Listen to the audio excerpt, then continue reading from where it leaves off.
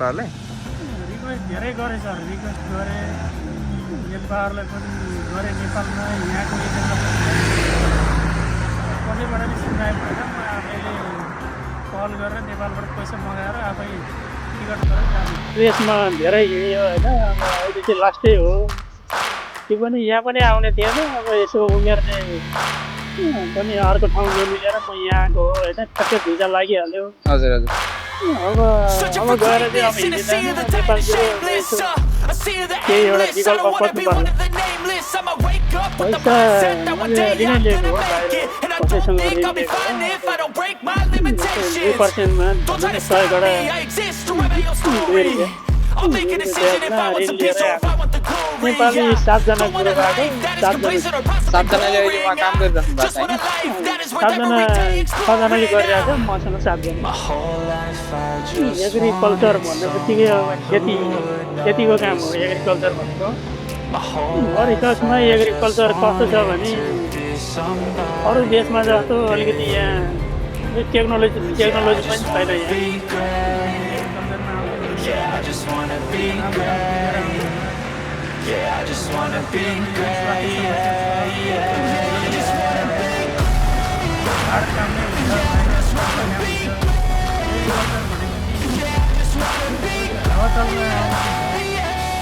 सम्पूर्णमा नमस्ते।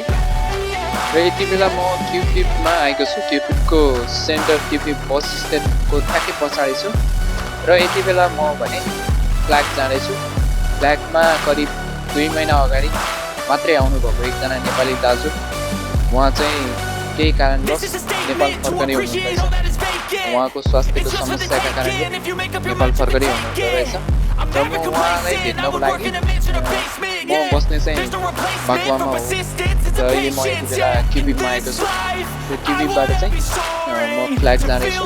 फ्ल्याग जानको लागि बागवाबाट करिब 35 किलोमिटर थियो र 5 किलोमिटर आइसकेँ र 30 किलोमिटर अझै यात्रा गर्नु छ। भिडियोलाई अन्त्यसम्म हेर्नुहोला। उहाँ दाइ चाहिँ एग्रिकल्चरमा आउनु हुँदो रहेछ। यदि तपाईँ पनि एग्रिकल्चरमा मरिसस आउने हुनुहुन्छ र मरिसस मात्रै नभएर कुनै पनि देशमा एग्रिकल्चरमा जाँदै हुनुहुन्छ भने यो भिडियोलाई चाहिँ अन्त्यसम्म हेर्नुहोला, तपाईँलाई एकदमै सहयोग पुग्नेछ। नेपालबाट आएको 2 महिना नपुग्दै फेरि नेपाल फर्कन लाग्नु भएको छ। के कारणले फर्किँदै हुनुहुन्छ त? के समस्याले फर्किँदै हुनुहुन्छ त? यसको बारेमा बुझ्नको लागि भिडियोलाई अन्त्यसम्म हेरिदिनु होला र भिडियोलाई सेयर पनि गरिदिनु होला। तपाईँको एक सेयर अनि लाइकले गर्दाखेरि धेरैजना नेपाली दाजुभाइहरूलाई सहयोग पुग्नेछ। र यति बेला भने म क्युपिपको बस स्टेसनमा आएको छु। मौसम पनि त्यति ठिक छैन, पानी परिरहेको छ र म फ्ल्याग जानको लागि बस लिनको लागि चाहिँ क्युपिप बस स्टेसनमा आइसकेको छु। ल भर्खरै बसमा आएर बसेको छु। अझै फ्ल्याग पुग्नको लागि 30 किलोमिटर बाँकी नै छ। 30 किलोमिटर पछि चाहिँ म फ्ल्याग पुग्छु अनि म तपाईँलाई त्यो दाइसँग भेटाउँछु है त। र बाहिर देख्न सक्नुहुन्छ एकदमै ठुलो पानी परिरहेको छ। 10-15 मिनट कुरिसकेपछि भर्खर मात्रै बस हिँडेको छ।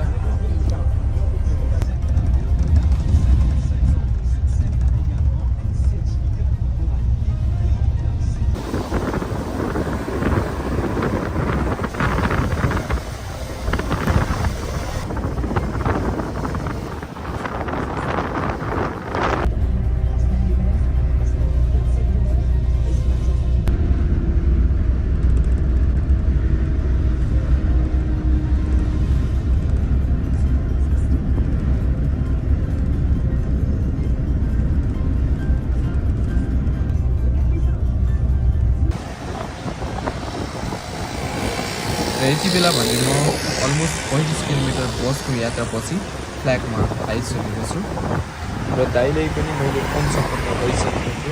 उहाँ पनि नजिकै आइसक्नु भएको छ र म उहाँलाई भेटेर उहाँ के कारणले फर्किँदै हुनुहुन्छ, के समस्या भयो, उहाँसँग प्रत्यक्ष कुराकानी गरेर उहाँबाट सबै कुराहरू जानकारी लिनेछु।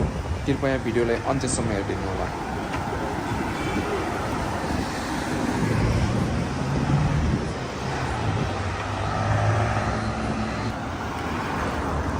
ल यति बेला म दाईसँग आइसकेको छु। दाई नमस्ते, आरामै हुनुहुन्छ? आरामै छ।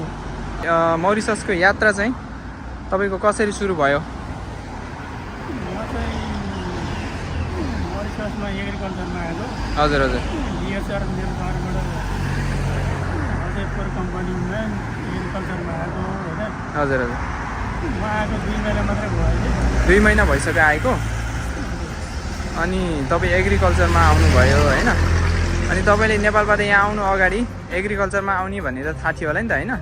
त्यो थाहा थियो मलाई, एग्रिकल्चरमा आउने भनेर नै आएको हो होइन। हजुर हजुर। म चाहिँ अब 2 महिना हुँदैछ, म आफ्नै स्वास्थ्य समस्याले अब फर्किँदैछु। भोलिको टिकट छ मेरो है। ए अनि स्वास्थ्य समस्या चाहिँ तपाईँको के भएर दाइ? त्यो पनि बताइदिनुहोस् है त। सम्बन्धी समस्या छ होइन। अब एग्रिकल्चर भन्ने काम के हो, बाहिरको काम हुन्छ होइन। हजुर हजुर। अलिकति वेट पनि उठाउनु पर्ने हुन्छ, लोड अनलोड यताउति, बाहिर फिल्डमा काम गर्नुपर्छ। अलिकति वजनको काम गर्दा समस्या हुने भएर घरमा प्रब्लम आयो होइन। त्यही भएर काम गर्न नसक्ने अवस्था आएर म फर्किन लाग्दैछु। अनि दाइ तपाईँ जस्तो यहाँ आउनुभन्दा अगाडि होइन कुनै देशमा जानुभएको थियो त? वैदेशिक रोजगारीमा कुनै देशमा जानुभएको थियो? गएँ भाइ, म साउदी अरब पनि गएँ 5 वर्ष, मलेसियामा 3 वर्ष बसेँ। ए अनि अनि तेस्रो पटक गएँ।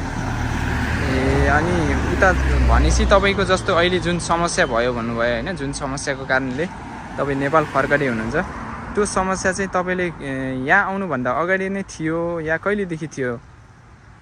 मलाई पहिला पनि हल्का फुल्का चाहिँ थियो होइन। अब पुरा चेकअप पनि गराएर आएको हो, त्यहाँबाट ठिक भएरै आएको।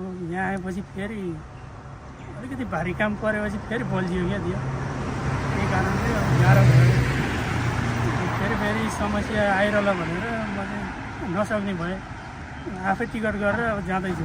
टिकट गर्नको लागि जस्तो नेपालबाट आउँदा होइन तपाईँले मेन पावर कम्पनीलाई कति पैसा दिएर आउनुभएको थियो त? मैले 3 लाख रुपियाँ बुझाएँ मेन पावरमा। 3,03,000 रुपियाँ, 3,000 यताउति के को इन्सुरेन्सको के भन्ने काट्दो रहेछ। 3,03,000 तिरेर आएको। ए अनि जस्तो मरिसस आउनको लागि होइन करिब कति महिना मेन पावरमा त्यस्तो कति महिना एप्लाई गरेको, कति महिनापछि आयो? 7 महिना पुरा लाग्यो। 7 महिना पुरा लाग्यो। 7 महिना पुरा वेट गरेर भिजा लगाएर आएको।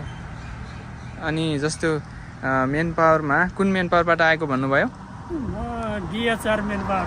अनि जस्तो अहिले तपाईँ यहाँबाट फर्किँदै हुनुहुन्छ होइन, जस्तो फर्किने क्रममा तपाईँले आफ्नै लगानीमा जस्तो आफ्नै पैसामा जाँदै हुनुहुन्छ होइन? हजुर, आफ्नै लगाएँ। अनि मेन पावरलाई रिक्वेस्ट गर्नु भएन जस्तो म फर्किँदैछु, मलाई थोरै सहयोग गर्नु पऱ्यो भनेर रिक्वेस्ट गर्नु भएन मेन पावरलाई?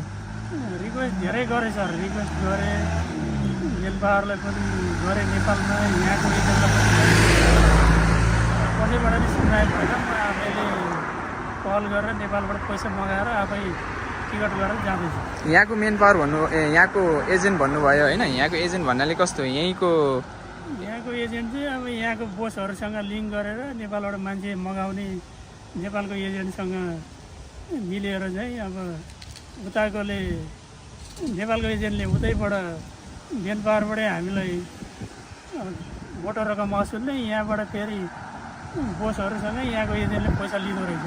ए अनि जस्तो तपाईँले मेन पावरमा यहाँबाट नेपाल मेन पावर कम्पनीलाई फोन गरेर एजेन्टलाई फोन गर्नुभयो या मेन पावरलाई नै डाइरेक्ट फोन गर्नुभयो तपाईँले? मैले डाइरेक्ट मेन पावरलाई पनि भनेको हो, मेन पावरले केही पनि गर्न सक्दैन भने। त्यसपछि फेरि यहाँको एजेन्टलाई भने, एजेन्टले पनि पुरा गराए मेन पावरमा। अब तिमी आउँछ भने आफ्नै टिकट गरेर आऊ, हामी केही पनि गर्न सक्दैन। फर्किँदैछु होइन, तपाईँहरू हावातालमा नआउनु होला, के काम हो कति लाग्ने बुझेर आउनु होला। अब अहिले आउनेहरूले मोटो रकम तिरेर आउँदै हुन्छ, एकदम 4-5 लाख रुपियाँ तिरेर आउँदैछ। अनि धेरै रकम तिरेर नआउनु होला। धेरै भनेको 3 लाख रुपियाँ, 3 लाख पनि धेरै हो सर। 3 लाख पनि धेरै हो तपाईँको। लगभग यहाँ आउनको लागि 2,50,000 पनि समथिङ सबै यसो मेन पावरमा लाग्ने भनेको 2,50,000 हो है। त्यसमा पनि सबै खर्च कताएर मेन पावरले लिने, एजेन्टले लिने सबै पैसा गरेर 2,50,000 चाहिँ दिनुपर्ने हो, तर तपाईँले 3 लाख दिएर आउनुभएको रहेछ। त्यति हो होइन। अब यो दलाली मेन पावरहरूले धेरै पैसा भन्थ्यो कि अहिले त अझै नयाँ आउनेलाई 3.5 लाख 4 लाख, पहिला त 4.5 लाख 5 लाख पनि भन्छ। अब कोहीले मरिससलाई युरोप कन्ट्री भनेर झुकिरहेको छ। एकदम यो नझुकिनु होला, बुझेर आउनु। मरिसस भनेको यो एउटा अफ्रिकन कन्ट्री जस्तै एउटा सानो आइल्यान्ड हो होइन। यो युरोप कन्ट्री चाहिँ होइन, नझुकिनु होला एकदम। अनि दाइ अब तपाईँ यहाँबाट फर्किँदै हुनुहुन्छ होइन, अब यहाँबाट फर्केर चाहिँ तपाईँ अलिकता स्वस्थ अवस्था भएपछि होइन, नेपालमै गर्न सक्ने अवस्था त पक्कै पनि छैन। हाम्रो नेपालमा अहिले जुनसुकै काम गरे पनि काम गर्न सक्ने अवस्था त छैन। अनि तपाईँको जस्तो अहिले स्वास्थ्य समस्या भएर फर्किँदै हुनुहुन्छ, यदि तपाईँको स्वास्थ्यमा सुधार आयो भने भोलिको दिनमा कतै अरू कुनै देशमा जाने त्यस्तो सोच्नु भएको छ कि नेपालमै केही गरेर बस्ने सोच्नु भएको छ कि के छ त दाइ तपाईँको? होइन, विदेशमा धेरै हिँडियो होइन। अब अहिले चाहिँ लास्टै हो त्यो पनि। यहाँ पनि आउने थिएन। अब यसो उमेरले पनि अर्को ठाउँ नमिलेर म यहाँ आएको हो होइन। ठ्याक्क भिजा लागिहाल्यो। हजुर हजुर। अब गएर चाहिँ अब हिँडिँदैन नेपालतिरै। अब यसो केही एउटा विकल्प खोज्नु पर्ला। हुन्छ, गर्नुहोस्। हाम्रो पनि शुभकामना छ होइन। नेपालमै अब हाम्रो त नेपालको अवस्थै त्यस्तो बनिदिएको छ, अहिले माहौलै त्यस्तो बनिदिएको छ। तर नेपालमा गऱ्यो भने सम्भव नहुने केही पनि छैन होइन। जुनसुकै एग्रिकल्चर क्षेत्रमा भयो, जस्तोसुकै पनि गर्न सक्यो भने गरेर असफल हुने भन्ने केही पनि छैन। गऱ्यो भने जे पनि हुन्छ होइन। ल तपाईँले धेरै धेरै शुभकामना छ। नेपालमा गएर सकेसम्म वैदेशिक रोजगारमा जान नपरोस् तपाईँले होइन। वैदेशिक रोजगार विदेश भनेको कस्तो हो भन्नुहुन्छ भन्दा, जबसम्म हामी स्वस्थ छौँ, जबसम्म हामी काम गर्ने सक्ने छौँ, तबसम्म मात्रै विदेश हो होइन। सकुन्जेल बलले सकुन्जेल हो होइन। हजुर हजुर। अरूले काम गर्ने माया गर्ने भनेको बललाई हो होइन। काम गर्न नसकेपछि त त्यही त हो नि, कसैले वास्ता पनि गर्दैन होइन। त्यही नै हो, त्यही नै। अब जे गरे पनि जब अहिले मेरो अवस्था भयो नि त, आफूले ऋण त उल्टै छँदैछ। उल्टै टिकटको पैसा मगाएर अब जानु पर्दाको पीडा भनेको त वैदेशिक रोजगारमा आएर समस्या पर्नेलाई भोग्नेलाई थाहा हुन्छ होइन। हजुर। अरू दाजुभाइलाई यस्तो नपरोस्। सकेसम्म नेपालमै दुःख सुख गरौँ। यदि आउनै पर्छ भने बुझेर आउनु होला। दाइ तपाईँ जस्तो मरिसस आउनको लागि तपाईँले 3 लाख रुपियाँ तिरेर आउनुभएको छ होइन। करिब 3 लाख तिरेर आउनुभएको छ। 3 लाख रुपियाँ पैसा चाहिँ तपाईँको आफ्नै पैसा थियो या तपाईँले लोन गरेर आउनुभएको हो, या कसरी पैसा चाहिँ कसरी जुटाएर आउनुभयो त मरिसस आउँदा? पैसा मैले ऋणै लिएको हो, बाहिर कसैसँग ऋण लिएको हो। अब जस्तै 2%मा भनौँ न, 100 कडा 2 रुपियाँ ब्याजमा ऋण लिएरै आएको।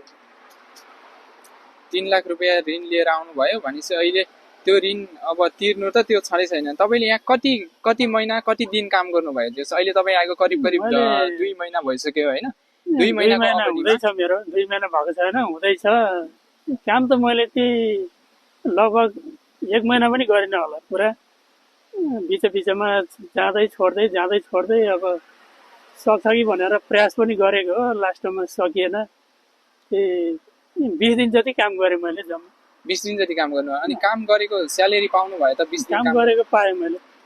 अनि तपाईँले जहाँ काम गर्नुहुन्थ्यो होइन, जुन ठाउँमा तपाईँले काम गर्नुभयो, त्यहाँको बोसले चाहिँ कस्तो थियो? तपाईँले त्योसँगको एक्सपिरियन्स के छ? मलाई एकदम राम्रो थियो व्यवहारहरू। बोसले गर्ने व्यवहार अब ठिकै थियो। यहाँ राम्रै ठाउँमा परेको थियो भनौँ न। अब एग्रिकल्चर भयो नि, टाइममा सेलरी दिने यताउति। अब अरू कुरा चाहिँ अब फर्किनको लागि टिकट त अब बोले दिने कुरा भएन।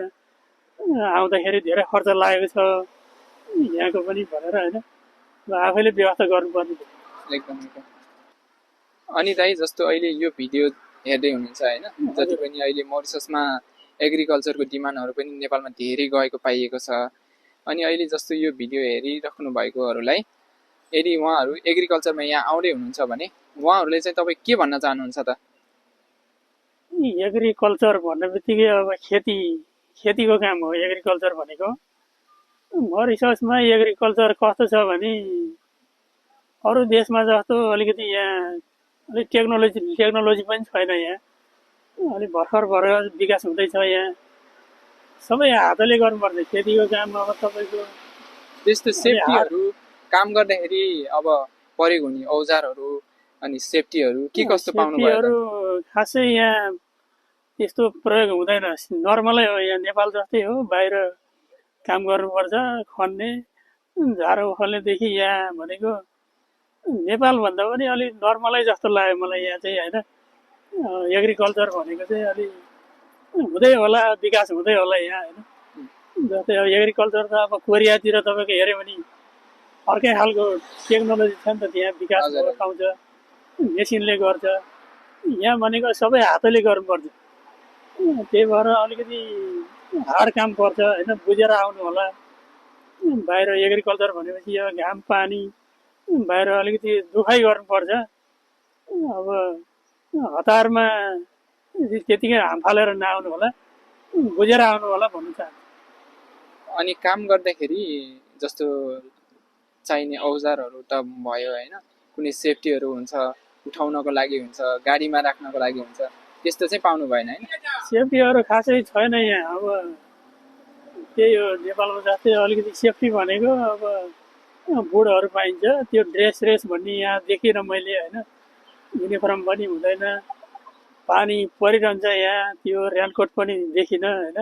जस्तै रेनकोटहरूको व्यवस्था हुनुपर्छ नि त। हजुर, एग्रिकल्चरमा त पुरै बाहिर काम गर्ने हो, खेतमा काम गर्ने हो, बाहिर खेतमा हो।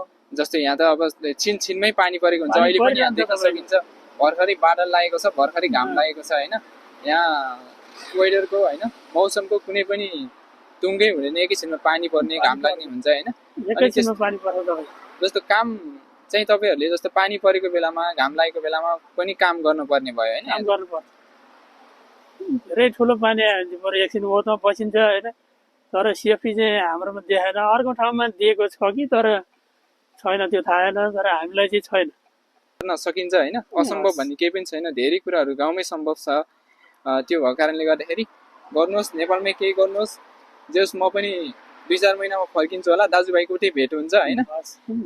नेपाल आएपछि भेट भइहाल्छ। हजुर हजुर, म नेपाल आउँदा चाहिँ हाम्रो दाइले ल यस्तो व्यवसाय गर्न सुरु गर्नुभयो, यस्तो केही काम गर्न सुरु गर्नुभयो हाम्रो दाइले भनेर सुन्न पाइयोस् है। ल दाइ, र नेपालमै केही गर्नु होला है त। हस् ल, अब जादिन, यति नै हो विदेश भनेको। हस् लास्टै हस् ल। र पछिल्लो समय मोरिससको लागि अत्यन्तै धेरै डिमान्डहरू गइरहेको छ। दिनानुदिन हजारौँको सङ्ख्यामा मोरिससबाट डिमान्डहरू नेपालमा गइरहेको छ। त्यसैले तपाईँहरू पनि मोरिसस आउँदै हुनुहुन्छ भने धेरै कुराहरूमा केयरफुल भएर आउनु होला। वैदेशिक रोजगारीमा कामदार भिजामा जानको लागि, श्रम गर्न जानको लागि पहिलो प्राथमिकता त हाम्रो हेल्थ ठिक हुनुपर्छ। जबसम्म हामी हेल्दी छैनौँ, काम गर्नको लागि पर्फेक्ट छैनौँ, तबसम्म हामी वैदेशिक रोजगारीमा जानको लागि प्रयास गर्नु त्यो हाम्रो लागि नै ठुलो गल्ती हो। यदि तपाईँहरूमा पनि त्यस्तो कुनै खालको समस्या छ, स्वास्थ्यमा कुनै समस्या छ भने पहिला तपाईँ त्यसको उपचार गर्नुहोस्, ठिक हुनुहोस्, काम गर्नको लागि सक्षम हुनुहोस्, तब मात्रै वैदेशिक रोजगारीमा जानुहोस्। अन्यर्थ तपाईँले पनि यस्तै समस्या नआउला भन्न सकिँदैन। कन्स्ट्रक्सन पछिको एकदमै हार्ड काम मानिने भनेको एग्रिकल्चर नै हो। एग्रिकल्चरमा पनि मोरिससको कुरा गर्नुपर्दा चाहिँ एग्रिकल्चरमा मोरिससमा त्यति धेरै डेभलप छैन, भर्खर मात्रै सुरु हुँदैछ होइन। त्यसैले गर्दा त्यस्तो धेरै औजारहरू, काम गर्नको लागि कुनै पनि मेसिनहरू प्रयोग हुँदैन। सायद यो उखु खेती गर्नेहरूमा चाहिँ हल्का हल्का उखु काट्नको लागि, पानी लगाउनको लागि हल्का हल्का मेसिनहरू प्रयोग हुन्छ। र अन्य कामहरूमा चाहिँ त्यस्तो मेसिनहरू प्रयोग भएको मैले देखेको छैन। त्यसैले सबै काम हातले नै गर्नुपर्ने हुन्छ। त्यसैले गर्दा अलिकता काम भारी हुन जान्छ। त्यसैमा पनि ढाडको समस्या, त्यो दाइको ढाडको समस्या भन्नुभयो होइन, त्यस्तो ढाडको समस्या भएको मान्छेहरूलाई चाहिँ एकदमै गाह्रो हुन्छ ढाडको समस्या होइन। र यदि तपाईँहरूको पनि यस्तै समस्या छ भने मोरिसस मात्रै नभएर कुनै पनि देशमा नजानु होला। स्वास्थ्यमा एकदमै धेरै ख्याल गर्नु होला, आफूलाई एकदम स्वस्थ बनाउनु होला। काम गर्नको लागि वैदेशिक रोजगारीमा जाने भनेको हामी काम गर्नको लागि सक्षम हुँदासम्म मात्रै हो। यदि हामी सक्षम छैन भने काम गरिरहेको ठाउँ, साथीहरू, काम गर्ने ठाउँ सबैले छोडेर जानुपर्ने अवस्था आउँछ। त्यसैले एकदमै स्वास्थ्यलाई ख्याल गर्नु होला। मोरिससमा जति पनि हुनुहुन्छ नेपाली दाजुभाइ दिदीबहिनीहरू, स्वास्थ्यको एकदमै ख्याल गर्नु होला। यहाँ छिनछिनमै मौसम चेन्ज हुन्छ होइन। अहिले चिसोको समय छ, एकदमै ख्याल गर्नु होला। ज्याकेटहरू लगाएर हिँड्नु होला। रुगाखोकी लाग्यो भने पनि 2-3 दिन सुत्न पर्ने अवस्था बनाउँछ। त्यसैले गर्दा यहाँ हस्पिटलहरू फ्री हस्पिटल छ। जस्तो सुकै बिरामी भए पनि तपाईँले फ्रीमा उपचार गर्न सक्नुहुन्छ। त्यसैले बिरामी भएर घरमै नबस्नु होला, रुममै नबस्नु होला, बिरामीलाई उल्झाएर नबस्नु होला, हस्पिटलमा जानु होला। ENT हस्पिटलदेखि लिएर हरेक हस्पिटलहरू यहाँ फ्री छ। त्यसैले हस्पिटलमा गएर उपचार गर्नु होला, स्वस्थ रहनु होला। र आउँदो दिनहरूमा मरिससमा रहनुहुने नेपाली दाजुभाइ तथा दिदीबहिनीहरू सबै क्याटेगोरीको काम गर्ने साथीहरूलाई, होटेलमा काम गर्ने, कन्स्ट्रक्सनमा काम गर्ने, एग्रिकल्चरमा काम गर्ने, सुपरमार्केटमा काम गर्ने, सबैमा काम गर्ने साथीहरूलाई म उहाँहरूसँग प्रत्यक्ष भेट भएर उहाँहरूको मरिससको बसाइ, उहाँहरूको एक्सपिरियन्स सबै म तपाईँहरूलाई देखाउनेछु। कृपया च्यानललाई सब्सक्राइब गरेर हामीसँग जोडिनु होला। र आउने दिनहरूमा हरेक हप्ताको आइतबार बेलुकी म यस्तै जानकारीमूलक भिडियोहरू तपाईँहरू माझ लिएर आउनेछु। वैदेशिक रोजगारीमा रहनुहुने नेपाली दाजुभाइ तथा दिदीबहिनीहरूको चासो र गुनासो सहितको भिडियो सामग्री आजको लागि यति नै। अर्को हप्ता फेरि एउटा नयाँ भिडियो तपाईँहरू माझ लिएर आउनेछु। तबसम्मको लागि बिदा दिनुहोस्। हस्त, नमस्ते।